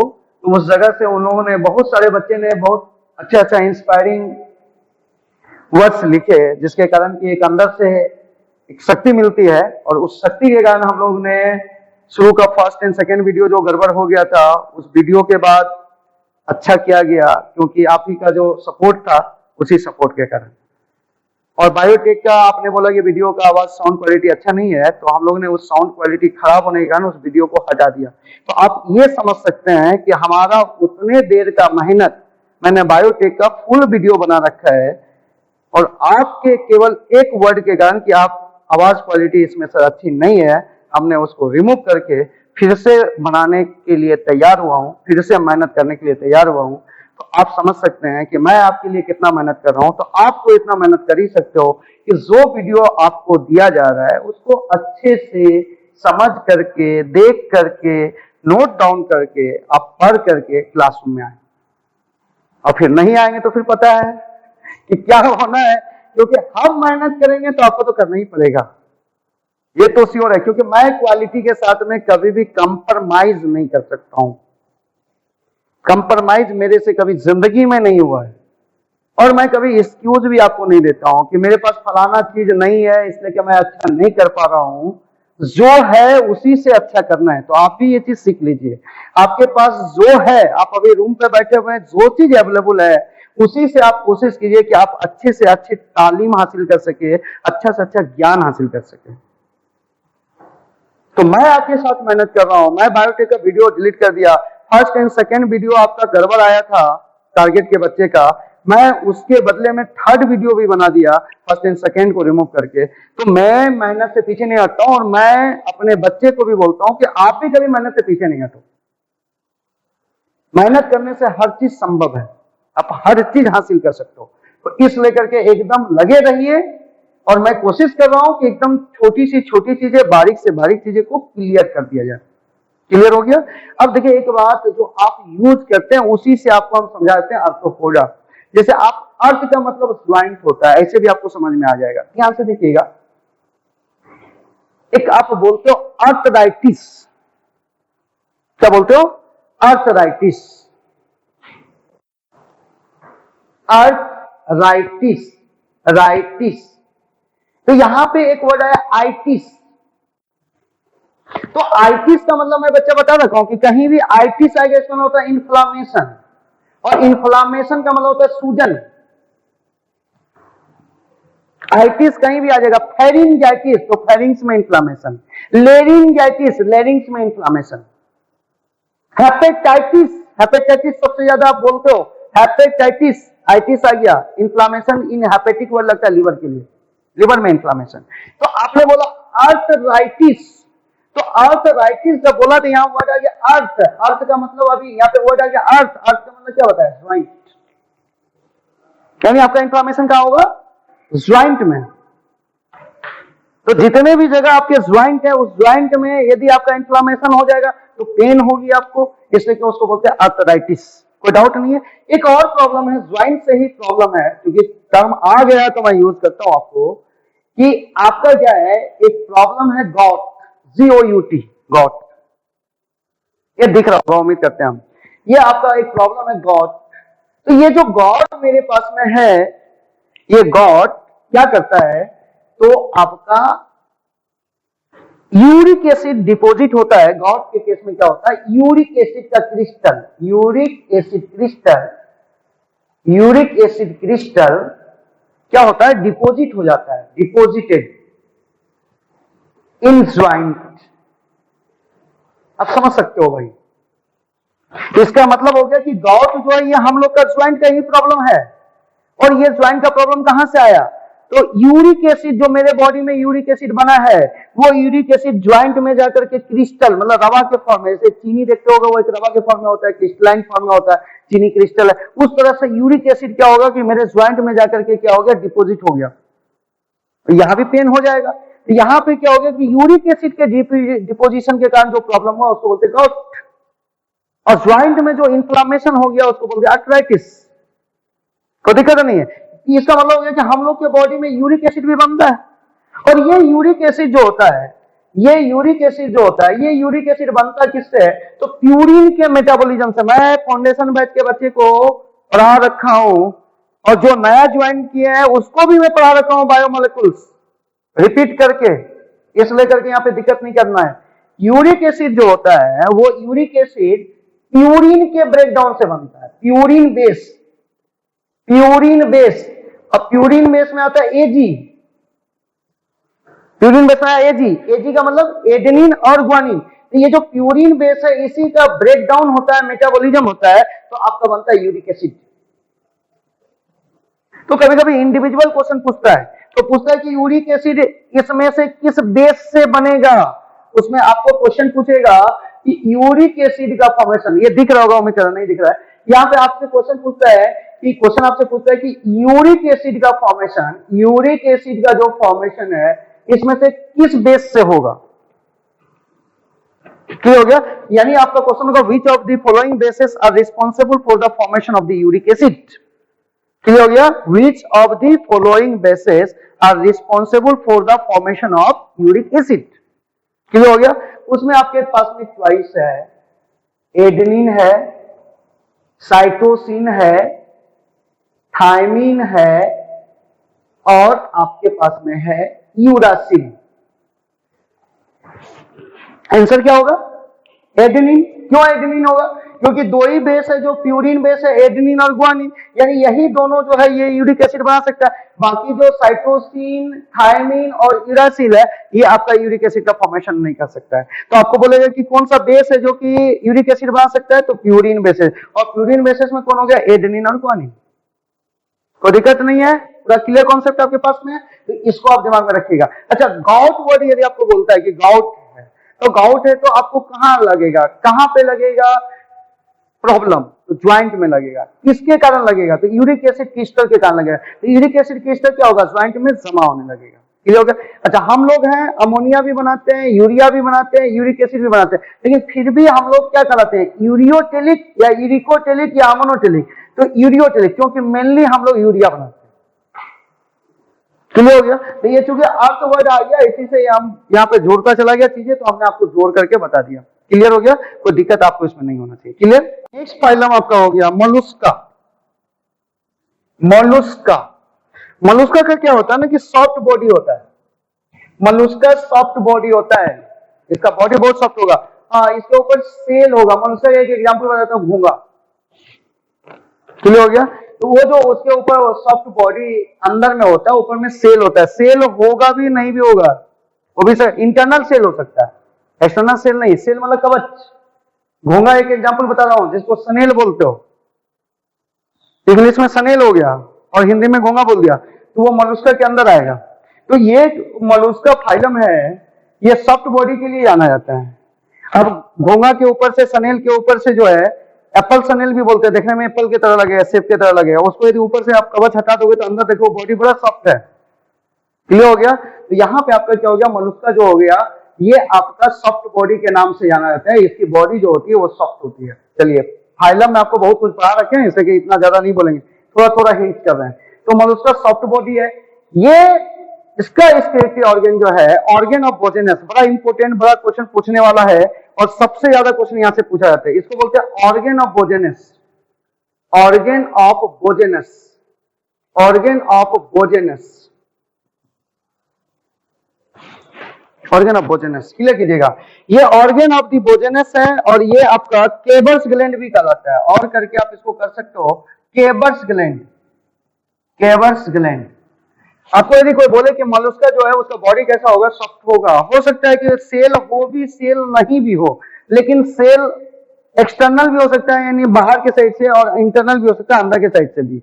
लेकिन बॉडी इसका जब भी होगा, बॉडी इसका मोलुस्का का जो बॉडी होगा, बॉडी हमेशा सॉफ्ट होगा। तो दिक्कत नहीं है, बॉडी ऑलवेज सॉफ्ट होगा। क्लियर? चलिए, ये मोलुस्का हो गया। और ऑर्गन ऑफ बोजेनस, अच्छा ग्रीन ग्लैंड किसमें बताए थे? ग्रीन ग्लैंड स्केलेटली ऑर्गन किसका? एसी एल्मेंथिस का। अच्छा, एसी एल्मेंथिस का कैसे याद करने की कोड बताएं? एसी एल्मेंथिस क्या हो गया? राउंड वर्म हो गया। तो राउंड का आर से क्या कर दिया? रीनेट, या क्या कर दिया? एस से। क्लियर हो गया? अच्छा, चलिए, ग्रीन ग्लैंड बताया था किसमें? आर्थ्रोपोडा में। किसमें बताया था? क्रस्टेशियन के केस में। उसी में आ जाएगा प्रॉन और क्रैब, प्रॉन और क्या आ जाएगा? क्रैब। तो उसी का था ग्रीन ग्लैंड, या कौन सा ग्लैंड बोलते थे? एंटीनरी ग्लैंड। ग्रीन ग्लैंड और एंटीनरी ग्लैंड क्रस्टेशियंस में मिलेगा। मल्पीगियन ट्यूबुल किसमें मिलेगा? किसमें? मल्पीगियन ट्यूबुल मिलेगा इंसेक्ट के केस में। ये भी आर्थ्रोपोडा फाइलम के अंदर है। क्लियर हो गया? अच्छा, अब ऑर्गन ऑफ बोजेनस भी पूछे जाने वाला क्वेश्चन है। यदि आपको कोई पूछे कि ऑर्गन ऑफ बोजेनस कहां मिलेगा, तो मोलुस्का में मिलेगा। क्लियर हो गया? चलिए, ये आपका मोलुस्का में मिलता है। अब आइए नेक्स्ट हम लोग यहाँ पे बात करते हैं। अच्छा, मोलुस्का का बॉडी कैसा होगा? सॉफ्ट बॉडी होगा। और इसका स्केलेटली ऑर्गन का क्या नाम होगा? ऑर्गन ऑफ बोजेनस, या इसी को क्या बोलेंगे? केबर्स ग्लैंड। कोई डाउट नहीं है? आइए, फ्लेम सेल किसमें मिलेगा? प्लेटी एल्मेंथिस में। कोई डाउट नहीं है? आइए आगे, इसमें आगे चलते हैं। मोलुस्का के बाद आप नेक्स्ट आइए इकाइनोडर्माटा। इकाइनोडर्माटा, ये जो इकाइनोडर्माटा है, इकाइनोडर्माटा, इसके पास कोई स्पेशलाइज्ड स्केलेटली ऑर्गन नहीं है। स्पेशलाइज्ड कोई स्केलेटली ऑर्गन इकाइनोडर्माटा के पास नहीं है। स्पेशलाइज्ड स्क्रिप्टी ऑर्गन इसके पास में नहीं है। इकाइनोडर्माटा के पास में कोई स्पेशलाइज्ड स्क्रिप्टी ऑर्गन नहीं है। इसमें क्या मिलता है? एम्पुलेक्रल। एम्पुलेक्रल, ये जो एम्पुलेक्रल है ये आपका क्या करता है? ये मल्टीपल काम करता है। ये रेस्पिरेशन के लिए भी काम कर देता है, ये आपके लोकोमोशन के लिए भी मदद कर देता है, ये एम्पुलेक्रल जो है ये एक्सक्रीशन का भी काम करवा देता है। तो एक्चुअली इकाइनोडर्माटा के पास में कोई स्पेशलाइज, मतलब ये केवल एक्सक्रीशन करेगा ऐसा कोई ऑर्गन इसके पास प्रेजेंट नहीं है। इसके पास में वाटर फीट मिलता है, उसी को एम्बुलेक्रल भी बोलते हैं। क्या बोलते हैं? एम्बुलेक्रल। यहाँ पे इकाइनोडर्माटा के केस में यदि आप बोलोगे तो इकाइनोडर्माटा के पास में थीन वॉल आपके of tube feet, thin wall of the tube feet, water canal system भी बोलते हैं। तो यहाँ पे क्या हो गया कि जो इकाइनोडर्माटा है ये thin wall of the tube feet, एक ट्यूब होगा, ट्यूब लाइक स्ट्रक्चर्स होता है, इसी में वाटर भर करके ये काम करता है। इस टाइप से ट्यूब लाइक स्ट्रक्चर्स इसके पास में प्रेजेंट होंगे और इसी में ये वाटर भर करके काम करता है। तो ये जो ट्यूब लाइक स्ट्रक्चर होता है इसी को बोलते हैं एम्बुलेक्रल। एम्बुलेक्रल, एम्बुलेक्रल, क्लियर हो गया?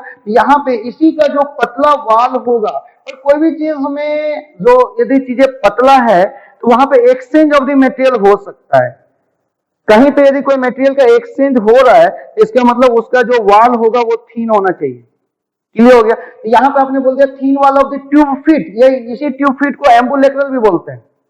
क्लियर हो गया? तो ये जो ट्यूब फीट है इसी को एम्बुलेक्रल बोलते हैं। ये एक्सक्रीशन का काम करता है, और ये केवल एक्सक्रीशन का काम नहीं करता है, ये रेस्पिरेशन में भी मदद करता है, लोकोमोशन में भी मदद करता है। इसलिए ये स्पेशलाइज्ड एक्सक्रीटरी ऑर्गन नहीं है। इसमें इकाइनोडर्माटा में।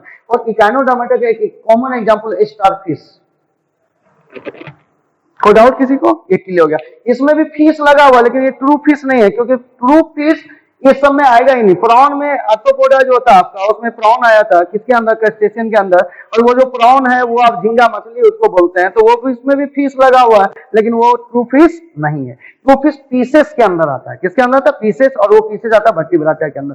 वर्टिब्राटा किसके अंदर आता है? कॉर्डाटा के अंदर आता है। क्लियर हो गया? वो बाद में बात कर लेंगे। हम लोग बात करेंगे कि आपसे क्या हुआ है, लेकिन फिर भी हम लोग करेंगे बात। बेस्ट लक है, अभी आप हमारे पास नहीं है, तो पूछ के ही आगे चलते हैं हम यहाँ पे। ये आपका यहाँ पे क्लियर हो गया? इकाइनोडर्माटा। इकाइनोडर्माटा के बाद सबसे इंपॉर्टेंट फाइलम आपका आ रहा है हेमिकोर्डाटा। हेमिकोर्डाटा, ये आपका आ रहा है फाइलम हेमिकोर्डाटा।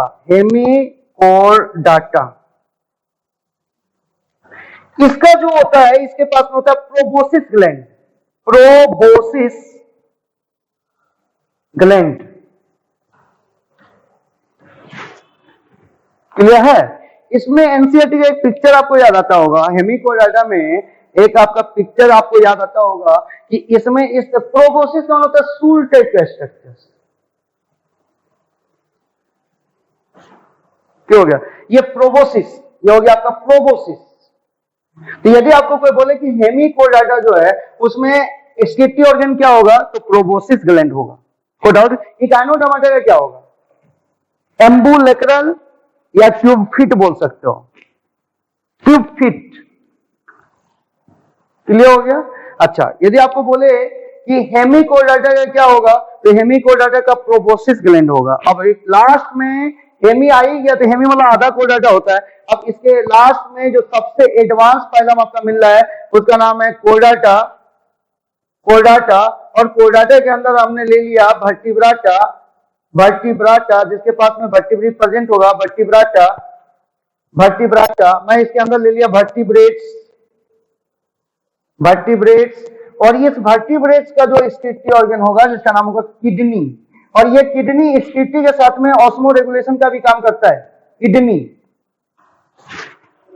क्लियर हो गया? तो मैं सारे फाइलम में आपको अलग अलग करके ये बता दिया कि किसका कौन एक्सक्रीटरी ऑर्गन है, प्लस उसके पहले ये बता दिया कि कौन कौन सा ऑर्गेनिज्म अमोनिया निकालेगा, कौन यूरिया निकालेगा, कौन यूरिक एसिड निकालेगा, किसके थ्रू निकालेगा, वो यहां से हमने आपको क्लियर कर दिया। आइए, कोर्डाटा वाला जो नीचे वाला पॉइंट्स था, कोर्डाटा फाइलम, इसको हम लोग थोड़ा सा और डिटेल कर लेते हैं, हल्का सा कोर्डाटा, क्योंकि इसकी जरूरत हमको है। तो यूरोकोर्डाटा को हम लोग अब क्लास में बांटेंगे। तो पहला हम लोगों ने यहाँ पे यूरोकोर्डाटा, यूरोकोर्डाटा, फिर हो जाएगा सिफेलोकोर्डाटा, सिफेलोकोर्डाटा, क्लियर हो गया। और नेक्स्ट आपका हो जाएगा सिफेलोकोर्डेट्स या कोर्डाटा बोल दीजिए, और नेक्स्ट हो जाएगा वर्टिब्रेट्स, वर्टिब्राटा बोल दीजिए या वर्टिब्रेट्स बोल दीजिए, तो वर्टिब्रेट्स, वर्टिब्रेट्स।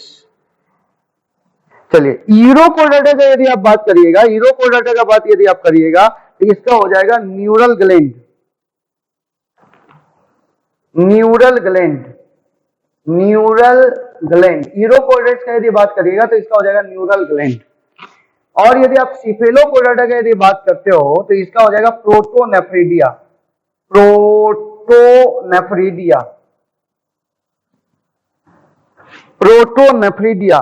प्रोटोनेफ्रिडिया जो था ये फ्लेम सेल भी कहलाता है, प्लेटिहेलमिन्थेस में जो फ्लेम सेल था उसको प्रोटोनेफ्रिडिया भी बोला जाता है, यानी फ्लेम सेल के जगह पे आप प्रोटोनेफ्रिडिया वर्ड यूज कर सकते हो। तो कोर्डाटा में जो यूरोकोर्डाटा होगा उसका एक्सक्रीटरी ऑर्गन का नाम हो जाएगा, एक्सक्रीटरी ऑर्गन का नाम हो जाएगा क्या, तो न्यूरल ग्लैंड। और कोर्डाटा के अंदर जो सिफेलोकोर्डाटा होगा उसका एक्सक्रीटरी ऑर्गन का नाम हो जाएगा प्रोटोनेफ्रिडिया। और वर्टिब्रेटा का तो आप सबसे ज्यादा जानते हैं किडनी। वर्टिब्रेटा मतलब जिसमें वर्टिब्री प्रेजेंट होगा, तो वर्टिब्री जो प्रेजेंट होगा तो वर्टिब्री किस में होगा, तो फिश में होगा। फिश कहाँ रहेगा, वाटर में रहेगा। फिश के दो टाइप था, आपको एक बताया बोनी फिश, बिहार में जो भी मछली मिलती है बाहर से आया हुआ नहीं, जो बिहार का लोकल वाटर में जो मछलियां मिलेगा वो बोनी फिश होगा, ये हो गया। और दूसरा हो गया कार्टिलिजिनस फिश। कार्टिलिजिनस फिश का एक्सक्रीटरी प्रोडक्ट जो था वो क्या था, यूरिया। और बोनी फिश का जो एक्सक्रीटरी प्रोडक्ट था वो था अमोनिया। लेकिन पानी में दोनों रह रहा, फिश जो है वो पानी में रहता है, तो पानी में रहता है तो बोनी फिश भी पानी में है और कार्टिलिजिनस फिश भी पानी में, तो पानी में रहने के हिसाब से तो अमोनिया निकलना चाहिए, लेकिन यहाँ पे कार्टिलिजिनस फिश क्या निकाला, यूरिया। क्लियर हो गया। और ये यूज भी करेगा अपने बॉडी के ऑस्मो रेगुलेशन के लिए। क्लियर हो गया।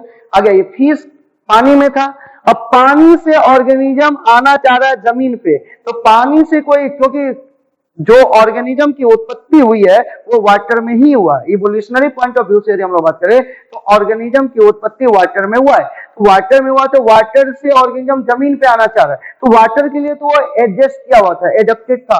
जमीन पे वो आना चाह रहा है तो उसको डर है कि हम जमीन पे जाएंगे तो वहां रह पाएंगे कि नहीं रह पाएंगे, इसलिए करके वो वाटर में रहने का जो प्रॉपर्टीज है उस प्रॉपर्टीज को पूर्ण रूप से छोड़ नहीं पा रहा है। इसका मतलब वो जमीन पे आया लेकिन वो प्रॉपर्टी छोड़ नहीं रहा है वाटर वाला, क्योंकि जो जैसे एम्फीबिया में आप फ्रॉग एग्जांपल लिए, फ्रॉग जमीन पे रहता है लेकिन फर्टिलाइजेशन के लिए पानी में चला जाता है। ये पानी में फर्टिलाइजेशन होना ये एक्वेटिक ऑर्गेनिज्म का कैरेक्टरिस्टिक है। किसका कैरेक्टरिस्टिक है, एक्वेटिक का। लेकिन ये जमीन पे रह रहा है लेकिन पानी में जाके फर्टिलाइजेशन कर रहा है, इसका मतलब ये पता चलता है कि ये पहले कभी ये पानी में ही था और वहां से ट्रांसिट करके ये लैंड पे आया, इसलिए उसको बोलते हैं एम्फीबिया। तो यानी फिश के बाद अब आपका आ गया एम्फीबिया, एम्फीबिया। और एम्फीबिया के बाद आपका आ जाएगा, अब एम्फीबिया आ गया तो इसका रहेगा रेप्टाइल, रेंग के चलने वाला। इसके बाद रेप्टाइल के बाद आ गया बर्ड, और बर्ड के बाद आ गया मैमल, मैमल्स। तो यानी इसका मतलब हो गया कि वर्टिब्रेटा के अंदर आ गया fish, amphibia, reptile, bird and mammals. और इन सब के पास क्या होगा, कितनी होगी, कोई डाउट इसमें नहीं आपका, ठीक होगा। लेकिन ये जो वर्टिब्रेट के अंदर जो ये फिश होगा, तो फिश के केस में क्या होगा, जो अमोनिया निकालना होगा वो गिल्स के थ्रू निकालेगा, यानी किडनी नहीं, किसके थ्रू, गिल्स के थ्रू। यानी उसका जो गिल्स जो है वो रेस्पिरेटरी ऑर्गन भी है, रेस्पिरेटरी ऑर्गन भी है और एक्सक्रीटरी ऑर्गन भी। क्या होगा, किसके केस में, फिश के केस में। बाकी के केस में आपका जैसे बोला गया किडनी का बात तो किडनी का बात। क्लियर हो गया, यहाँ पे कोई डाउट इसमें नहीं है। एक बार फिर से रिपीट करते हैं, कोर्डाटा हो गया फाइलम, सबसे एडवांस फाइलम, सबसे नीचे मिला, सबसे बाद में आया होगा। उसमें सबसे पहले आया यूरोकोर्डाटा। यूरो का मतलब होता है टेल, कहीं भी आपको बोले वर्ड यूरो तो यूरो का मतलब होता है टेल। तो यानी यहाँ पे जो है कोर्डाटा आया नोटोकोड से, यहाँ पे यूरोकोर्डाटा में क्या होगा, जो नोटोकोड मिलेगा वो टेल रीजन पे मिलेगा। किस रीजन पे मिलेगा, इसका नाम है यूरोकोर्डाटा। और यूरोकोर्डाटा का जो एक्सक्रीटरी ऑर्गन होगा वो न्यूरल ग्लैंड होगा। फिर आइए सिफेलोकोर्डाटा। सिफेलो का मतलब होता है सर, सर का मतलब हेड। तो यहाँ पे जो कोर्डाटा है यानी नोटोकॉड। तो नोटोकॉड कहाँ मिलेगा? तो सर पे मिलेगा, हेड पे मिलेगा, इसलिए क्या नाम है? सिपेलोकोडाटा। और सिपेलोकोडाटा का जो स्किट्टी ऑर्गन है इसका नाम है प्रोटोनेफ्रिटिया। और उसके बाद आएगा वर्टिब्राटा। वर्टिब्राटा क्या होगा? वर्टिब्री मिलेगा, ये this one is the vertebrae. ये जो वर्टिब्रेट्स है इसमें आएगा फिश, एम्फीबिया, रेप्टाइल, बर्ड और मैमल। फिश का जो एक्सक्रीशन होगा वो गिल्स के थ्रू होगा और वो रेस्पिरेशन भी गिल्स के थ्रू ही करता है। क्लियर होगा? ऐसे पानी में मिलने वाला जो भी ऑर्गन होता है उसका स्किट्टी ऑर्गन जो होता है मोस्टली क्या होता है? तो गिल्स होता है। मोस्टली फिर वो लगा दिया, ऑल वर्ड लगाना संभव नहीं होता है। क्लियर हो गया? यहाँ पे स्किट्टी सिस्टम में हम लोगों ने नाइट्रोजनस वेस्ट मटेरियल का 3 मेन टाइप आपको बताया था, ठीक है? उसमें आपको बताया था अमोनिया, यूरिया और यूरिक एसिड। उसके एग्जाम्पल भी आपको बोला था। यूरिक एसिड का थोड़ा सा एग्जाम्पल में आप और थोड़ा सा चेंजिंग कर सकते हैं। ऐसे यूरिक एसिड के लिए हम लोग जो एग्जाम्पल का कोड लिया था, यूरिक एसिड ऐसा तो आपको बोल दिया है, इसमें आपको कोई दिक्कत नहीं। यूरिक एसिड निकालेगा तो यूरिकोटेलिक होगा, प्रोसेस यूरिकोटेलिजम होगा। तो इसमें आप बिरलाज कर सकते हैं। बिरला एक कंपनी है, बिरलाज। तो बीर बोला था उसी में एलएस लगा दिए, तो ये बिरलाज एक कंपनी हो गया। तो इसमें अब क्या हो गया? अब लैंड सनेल भी आ गया।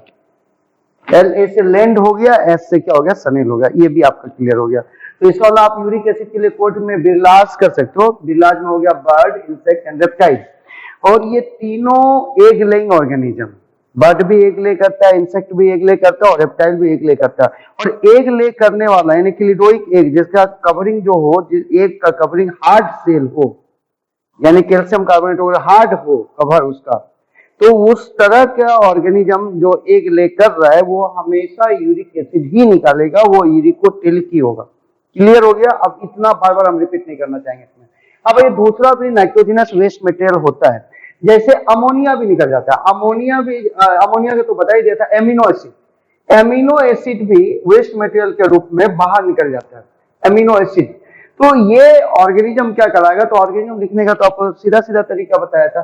ये एमिनो एसिड है, यहां से लीजिए एमिनो, और ऑर्गेनिज्म के लिए टेलिक, तो ये हो गया एमिनोटेलिक। प्रोसेस लिखना होगा तो टेलिजम, सी हटा करके एसम लगा देते हैं, एमिनोटेलिजम। यानी एमिनो एसिड को भी वेस्ट मटेरियल के रूप में बाहर निकाला जाता है। कुछ ऑर्गेनिज्म होते हैं जो मोलस्का के अंदर आता है। तो ये एमिनो एसिड भी जो होगा मोस्ट ऑफ दी, ये आपका जो एमिनो एसिड होगा ये भी मोस्ट ऑफ दी ऑर्गेनिज्म नहीं निकालेंगे इसको, और ये जो निकाला जाएगा एमिनो एसिड को फ्यू मोलस्का एंड इकाइनोडर्म्स। ये जो एमिनो एसिड जो वेस्ट मटेरियल के रूप में निकलेगा, तो इसके एग्जाम्पल हो जाएगा few mollusca and few mollusca and echinoderms. तो इकाइनोडर्म्स यानी इकाइनोडर्म में मतलब स्टारफिश। तो इसका मतलब हो गया echinoderms and few mollusca amino acid waste material के रूप में बाहर निकलता है।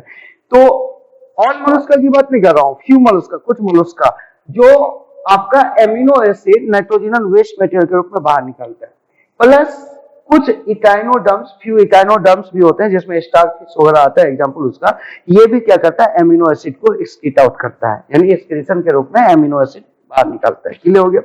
अब आइए, अब नाइट्रोजनस बेस ग्वानिन, ग्वानिन भी वेस्ट मटेरियल के रूप में बाहर निकाला जाता है। ग्वानिन, तो ग्वानिन वेस्ट मटेरियल के रूप में बाहर निकाला जाएगा।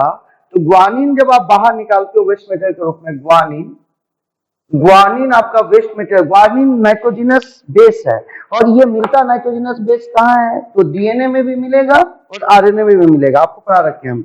ये जो ग्वानिन नाइट्रोजनस बेस है ये भी वेस्ट मटेरियल के रूप में बाहर निकलता है। तो ऑर्गेनिज्म लिखना होगा तो ग्वानोटेलिक हो जाएगा। कौन सा टेलिक होगा? ग्वानोटेलिक, ग्वानोटेलिक। और प्रोसेस यदि बोलेगा तो ग्वानोटेलिजम। अब यहाँ पे कॉन्सेप्ट को बड़ा क्लियर कीजिएगा। तो ग्वानिन निकालने वाला क्या हो जाएगा? तो ग्वानोटेलिक। और यहाँ पे इसके एग्जाम्पल हो जाएगा स्पाइडर एंड स्कॉर्पियन। तो ये जो स्पाइडर और स्कॉर्पियन होगा, स्पाइडर एंड स्कॉर्पियन, तो ये आपका क्या निकालेगा वेस्ट मटेरियल के रूप में? तो ग्वानिन निकालेगा। ग्वानिन निकालने वाला ग्वानोटेलिक। आपका तो 3 कॉमन बता ही दिया था, अमोनिया, यूरिया और यूरिक एसिड। वाटर में मिलने वाला मोस्ट ऑफ दी ऑर्गेनिज्म आपका अमोनिया निकालेगा। एक उसमें था आपका क्या? तो कार्टिलेजिनस फिश जिसका नाम शार्क आपका है, जो कि यूरिया निकालता था। और वो भी क्या? यूरिया इसलिए निकालता था ताकि हाइपरटोनिक कंसंट्रेशन अंडर बैलेंस कर सके। तो मोस्ट ऑफ द वाटर में मिलने वाला ऑर्गेनिज्म अमोनिया निकालता है, लैंड पे मिलने वाला यूरिया निकालेगा या यूरिक एसिड निकालेगा। लास्ट जो कोड है वो यूरिक एसिड का है, क्लियर होगा। मैमल यूरिया निकालता है, चाहे पानी में रहे चाहे जमीन पे रहे, क्लियर हो गया। तो यहाँ पे एमिनो एसिड भी वेस्ट मटेरियल के रूप में निकालता है, जिसको बोलते हैं एमिनोटेलिक ऑर्गेनिज्म, और प्रोसेस को बोलते हैं एमिनोटेलिज्म। और ये वेस्ट मटेरियल निकालने वाला है फ्यू मोलस्का एंड इकोनोडर्म्स। ग्वानिन भी वेस्ट मटेरियल के रूप में निकलता है, जिसको आप ग्वानोटेलिक बोलते हो, और ऑर्गेनिज्म हो गया ग्वानोटेलिज्म। और ये जो ग्वानिन निकालता है स्पाइडर एंड स्कॉर्पियन, ये सबसे ज्यादा पूछे जाने वाला क्वेश्चन था पहले, और अभी भी कहीं कहीं कभी कभी पूछा जाता है। तो इसको ये दिमाग में रखें कि ग्वानिन निकालता है कौन, स्पाइडर एंड स्कॉर्पियन। इसको दो तरीके से क्वेश्चन पूछा जा सकता है। एक क्वेश्चन ये पूछेगा कि कौन सा ऑर्गेनिज्म है जो प्यूरिन बेस निकालता है। तो प्यूरिन बेस, तो ये आपको पता होना चाहिए कि प्यूरिन बेस में क्या क्या आता है, तो एडेनिन एंड ग्वानिन, क्लियर हो गया। तो ग्वानिन प्यूरिन बेस है और उसको निकालता कौन है, स्पाइडर एंड स्कॉर्पियन, कोई डाउट नहीं। आइए, तो यूरिक एसिड का क्लियर हो गया, एमिनो एसिड का क्लियर कर दिया, ग्वानिन का क्लियर कर दिया। आइए, और भी इसी तरीके का वेस्ट मटेरियल आपके पास में होता है। तो और जो वेस्ट मटेरियल होता है, तो एक का नाम है trimethyl amine oxide, trimethyl amine oxide, जिसको टीएमओ बोलते हैं शॉर्ट में। एक आपका वेस्ट मटेरियल हो गया trimethyl amine oxide, amine oxide, और इसको शॉर्ट में बोलते हैं टीएमओ का है टी, तो टी फॉर ट्राई, एम किसके लिए, तो मिथाइल के लिए, तो TMAO। ये ए किसके लिए, तो एमीन के लिए, और ओ किसके लिए, तो ऑक्साइड के लिए, तो इसको बोलते हैं TMO। ये जो ट्राइमिथाइल एमीन ऑक्साइड है, ये भी नाइट्रोजनस वेस्ट मटेरियल है, जो कि बॉडी से बाहर एक्सक्रीट आउट किया जाता है, क्लियर हो गया, TMO। अच्छा, मैं बोला कि यदि एमिनो एसिड निकालेगा तो ऑर्गेनिज्म क्या कहलाएगा, एमिनोटेलिक, और अमोनिया निकालेगा तो अमोनोटेलिक, यूरिया निकालेगा तो यूरियोटेलिक, यूरिक एसिड निकालेगा तो यूरिकोटेलिक। कोई डाउट इसमें नहीं है, तो इसको क्लियर किया। तो ट्राइमिथाइल एमीन ऑक्साइड, तो यहां भी तो एमीन हो गया, इसमें यहां पे नाइट्रोजनस वेस्ट मटेरियल ही हो गया क्योंकि नाइट्रोजन प्रेजेंट है, तो ये टीएमओ निकालेगा। ये जो टीएमओ निकालेगा तो इसमें आता है टेलियोस फिश। इसके जो एग्जांपल है, ये एग्जांपल है, इसको बोलते हैं टेलियोस फिश। ये आपका कहलाता है टेलियोस फिश, क्लियर हो गया। तो टेलियोस फिश जो है ये आपका निकालता है टीएमओ, क्लियर हो गया, ट्राइमिथाइल एमीन ऑक्साइड।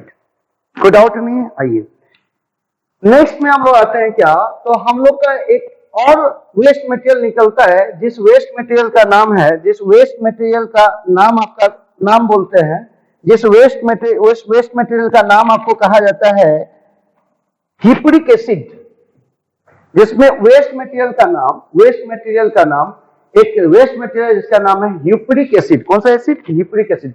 ह्यूपरिक एसिड कैसे बनता है, तो बेंजोइक एसिड में एक एमिनो एसिड जोड़ दिया जाता है ग्लाइसिन, तो उसके कॉम्बिनेशन से बनता है ह्यूपरिक एसिड। तो यहाँ पे जो वेस्ट मटेरियल है, इस वेस्ट मटेरियल है आपका नाम ह्यूपरिक एसिड। तो ये जो ह्यूपरिक एसिड है, तो इसमें ये दो चीज से मिलकर बना हुआ है। और ये जो ह्यूपरिक एसिड है, इन मैमल के केस में, इन मैमल्स बेंजोइक एसिड, ये जो बेंजोइक एसिड होगा, ये कंबाइन कर लेगा किसके साथ में, एमिनो एसिड ग्लाइसिन के साथ में। Benzoic acid plus glycine combine to form, glycine is the amino acid combine to form hippuric acid. तो इसका मतलब हो गया कि मैमल जो है आपका बेंजोइक एसिड को डायरेक्ट नहीं निकालता, तो वो क्या कर रहा है, तो ग्लाइसिन के साथ में उसको कंबाइन करवा दे रहा है, और कंबाइन कराने के बाद उसको कन्वर्ट कर दे रहा है ह्यूपरिक एसिड में। देन आफ्टर ह्यूपरिक एसिड क्या हो रहा है, बॉडी से बाहर एक्सक्रीट आउट हो रहा है, क्लियर हो गया। तो ये थोड़ा सा इंपॉर्टेंट पॉइंट था आपके पास में, कि आपके पास में था कि केवल अमोनिया, यूरिया और यूरिक एसिड ही एक्सक्रीटिव प्रोडक्ट नहीं है, नाइट्रोजन वेस्ट मटेरियल नहीं निकालता है, केवल यही वेस्ट मटेरियल के रूप में नाइट्रोजन वेस्ट मटेरियल है। ये इंपॉर्टेंट नाइट्रोजनस वेस्ट मटेरियल है, मोस्ट ऑफ द ऑर्गेनिज्म इसको बाहर निकालता है, ammonia, urea and uric acid. लेकिन कुछ ऐसे भी हैं जो कि मोस्ट ऑफ द ऑर्गेनिज्म नहीं निकालता है, लेकिन वो नाइट्रोजनस वेस्ट मटेरियल है, जैसे एमिनो एसिड। लेकिन एमिनो एसिड हमारा बिल्डिंग ब्लॉक भी है, हमारा बॉडी का जो फॉर्मेशन होता है उसमें प्रोटीन चाहिए और प्रोटीन बनता है एमिनो एसिड से। लेकिन फिर भी कुछ ऑर्गेनिज्म क्या करता है कि उसको एक्सक्रीट आउट कर देता है, बॉडी से बाहर निकाल देता है। तो उस केस में एमिनो एसिड ही एक्सक्रीटिव प्रोडक्ट हो गया, एमिनो एसिड ही एक्सक्रीटिव प्रोडक्ट हो गया। तो वो जो एमिनो एसिड एक्सक्रीटिव प्रोडक्ट हो गया, तो उस तरीके के ऑर्गेनिज्म को एमिनोटेलिक बोला जाएगा। कैसे एमिनोटेलिक? तो एमिनो एसिड आप लिखोगे जब भी तो एमिनो एसिड, अब यहाँ पे वो पहले से ही लगा हुआ, केवल टेलिक लगा दोगे तो एमिनोटेलिक ऑर्गेनिज्म प्रोसेस हो जाएगा, एमिनोटेलिज्म। एग्जाम्पल भी आपको बता रखा हूं, few mollusca and starfish, echinoderma. Clear हो गया? तो इकाइनोडर्माटा में मिलता था। फिर आइए टीएमओ का बात बोल लेते हैं, टीएमओ। क्लियर हो गया? तो ट्राई मिथाइल, तो ट्राई के लिए टी आ गया, मिथाइल के लिए एम आ गया, एमीन के लिए ए आ गया, ऑक्साइड के लिए क्या हो गया? ओ आ गया। तो T M A O. Clear हो गया? ये निकल रहा है टेलियोस फिश। क्लियर हो गया एकदम, कोई डाउट इसमें नहीं है। नेक्स्ट वन जो हम लोग ले रहे हैं ह्यूप्रिक एसिड। ये ह्यूप्रिक एसिड क्या है? तो ये ह्यूप्रिक एसिड नाइट्रोजिनस वेस्ट मटेरियल है। लेकिन ये नाइट्रोजिनस वेस्ट मटेरियल बना कैसे? तो बेंजोइक एसिड, मैमल के केस में जो बेंजोइक एसिड है वो कंबाइन कर गया किसके साथ में? ग्लाइसिन के साथ में। और कंबाइन, और ग्लाइसिन क्या है? एक normal simple sweet amino acid. Clear हो गया? नॉर्मल एमिनो एसिड है, बोल सकते हो स्टैंडर्ड एमिनो एसिड है, प्रोटीन का फॉर्मेशन करता है, मेरे बच्चे पढ़ रखे हो। और स्वीट एमिनो एसिड भी है, मीठा एमिनो एसिड है। इसको ऐसे याद रखो, जीएल मतलब ग्लूकोज भी हो सकता था, तो ग्लूकोज मीठा होता है तो तुम जानते हो। जैसे कि ग्लाइसिन भी यहाँ पे क्या हो जाएगा? मीठा हो जाएगा। क्लियर हो गया?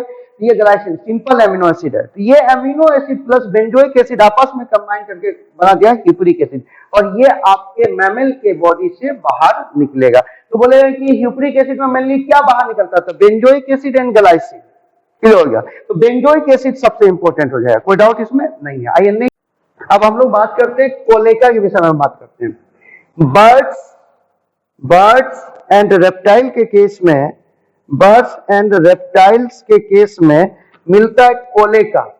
बर्ड्स एंड रेप्टाइल के केस में मिलता है कोलेका। और ये जो कोलेका आपका होता है, ये जो कोलेका आपका होता है, कोलेका बर्ड्स एंड रेप्टाइल्स के केस में, बर्ड्स एंड रेप्टाइल्स के केस में, बर्ड्स एंड रेप्टाइल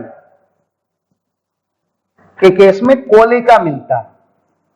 क्लियर हो गया? ये कोलेका है क्या? इससे बहुत सारे क्वेश्चन पूछे आते हैं। ये कोलेका एक कॉमन पैसेज है, कॉमन स्पेस है। किसके लिए कॉमन है? तो डाइजेस्टिव सिस्टम का वेस्ट मटेरियल और नाइट्रोजिनस वेस्ट मटेरियल यानी यूरिन। यानी यहाँ पे कोलेका में ये एक कॉमन पैसेज है, जहां पे ये एक कोलेका बना रहे हैं आपका, ये मस्कुलर होता है। ये कोलेका जो होता है ये मस्कुलर होता है। ये आपका कोलेका यहाँ पे आपका बना रहे हैं, ये कोलेका आपका हो गया। ये कोलेका जो है, ये जो कोलेका है, ये कोलेका एक कॉमन पैसेज है। किसके लिए? तो यूरिन के लिए। यूरिन अब प्लस फीसेस, प्लस हो गया फीसेस, फीसेस। तो यूरिन प्लस फीसेस, क्लियर हो गया? फीसेस डाइजेस्टिव सिस्टम का वेस्ट मटेरियल हो गया। तो यूरिन प्लस फीसेस का कॉमन प्लेस हो गया। अब यहाँ पे, या फीकल मटेरियल भी आप बोल सकते हो। अब यूरिन यदि इस कोलेका में आना है, ये जो स्ट्रक्चर है ये किसका स्ट्रक्चर है? तो कोलेका का स्ट्रक्चर है। ये स्ट्रक्चर आपका कोलेका का है। तो अब यदि ये कोलेका का स्ट्रक्चर है तो सर मस्कुलर बाद में कर लेंगे, या चलिए हो गया तो करते हैं इसको। अब यहाँ पे क्या हो गया कि ये कोलेका का स्ट्रक्चर है, इस कोलेका में यूरिन भी आएगा और फीसेस भी आएगा। तो यूरिन जो आएगा वो किडनी के यूरेटर के थ्रू आएगा, यानी ये हो जाएगा यूरेटर। आगे सब क्लियर डिटेल में आ जाएगा, इससे कि आपको घबराने की कोई जरूरत नहीं है। यूरेटर, तो किडनी से यूरिन को लेकर के यूरेटर आएगा और खुल जाएगा कहां? कोलेका में। क्लियर हो गया? तो यूरेटर से यूरिन आ जाएगा। क्लियर हो गया? और डाइजेस्टिव सिस्टम के लार्ज इंटेस्टाइन का जो पार्ट होगा, लार्ज इंटेस्टाइन का लास्ट पार्ट जिसको बोलते हो रेक्टम, ये हो गया रेक्टम।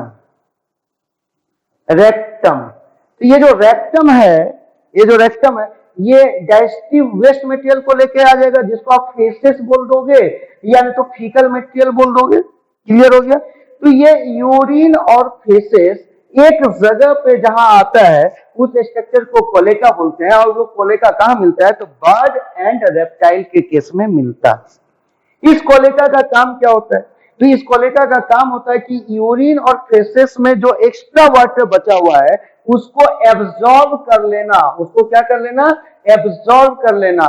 फेसेस और यूरिन में जो एक्स्ट्रा वाटर बचा हुआ है उसको क्या कर लेना? तो एब्जॉर्ब कर लेना, ताकि इसको कंसंट्रेट करके बॉडी से बाहर निकाला जाए, ताकि आपका क्या हो कि यहाँ पे वाटर की लॉस इस ऑर्गेनिज्म में नहीं हो। तो यूरिन और फेसेस से क्या करते हैं? तो वेस्ट मटेरियल जो फेसेस है, जो कि फीकल मटेरियल भी कहलाता है डाइजेस्टिव सिस्टम का, और यूरिन है, इस दोनों में वाटर प्रेजेंट है। इस वाटर को हम लोग क्या कर लिए? एब्जॉर्ब कर लिए।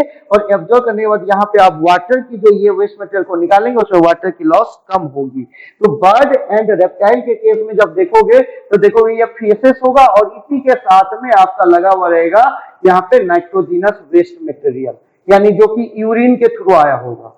और ये आपका जो वेस्ट मटेरियल है ये डाइजेस्टिव सिस्टम से आया हुआ होगा। ये आपका डाइजेस्टिव सिस्टम का वेस्ट मटेरियल हो गया और ये आपका क्या हो गया? नाइट्रोजिनस वेस्ट मटेरियल होगा। क्लियर? और इस दोनों में वाटर का क्या है? कंसंट्रेशन बहुत कम है।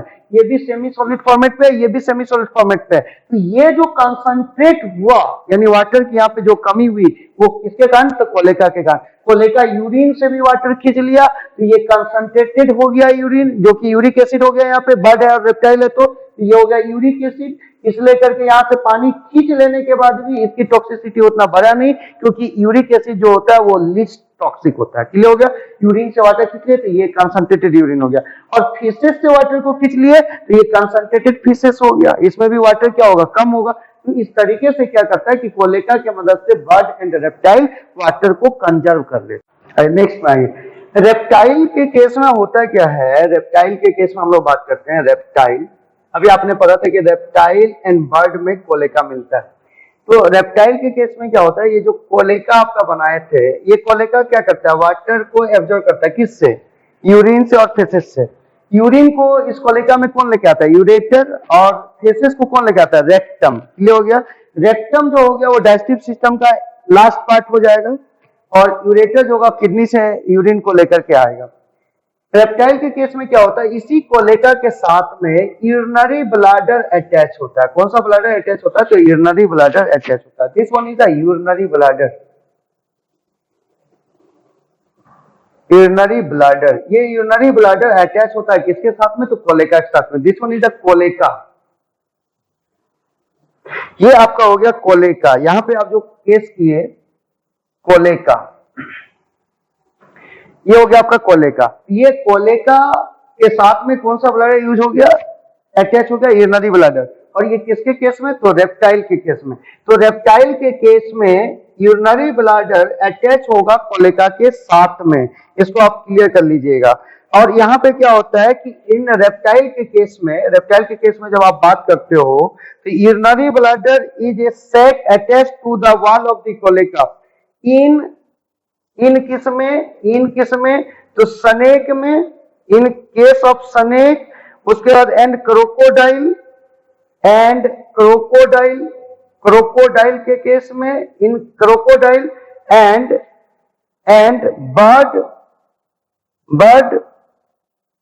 Birds urinary bladder is absent. Birds urinary bladder is absent. Bladder is absent. Urinary bladder is absent. यहाँ पे क्लियर कीजिएगा। अभी हम आपसे बात करेंगे यहाँ पे in snake and crocodile and birds. Snake, crocodile and birds urinary bladder is absent। Urinary bladder इसमें absent होता है, लेकिन बर्ड के केस में ऑस्ट्रिच में प्रेजेंट होता है। अभी हम यहाँ पे बात करते हैं कि जो कोलेका होता है, ये कोलेका जो कि कॉमन पैसेज है, कोलेका जो कॉमन पैसेज है किसका? तो यूरिन का प्लस फीकल मटेरियल यानी फेसेस का भी। क्लियर हो गया? ये कॉमन पैसेज है। तो ये रेप्टाइल के केस में क्या होता है कि ये जो इरिनरी ब्लैडर होता है, ये इरिनरी ब्लैडर कोलेका के साथ ही अटैच होता है। क्लियर हो गया?